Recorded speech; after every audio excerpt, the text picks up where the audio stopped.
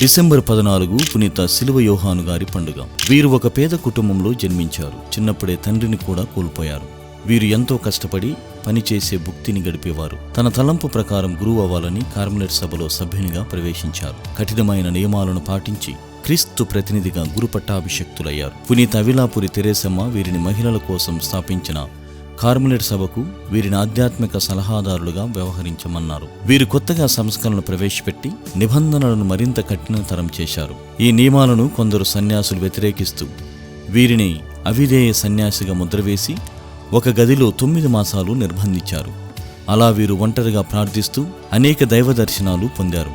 అప్పుడు వీరు ఆత్మకు అంధకార రాత్రి అనే పుస్తకము రచించారు. వీరికి తోటి సహచరుల వలన పలు ఇబ్బందులు కలిగిన చివరికి అందరి చేత గొప్ప యోగిగా, మానవతావాదిగా ప్రశంసలు పొందారు. క్రీస్తు శ్రమలను, క్రీస్తు మోసిన సిలువను ప్రేమిస్తూ నిజముగా విజయుడు అయ్యారు.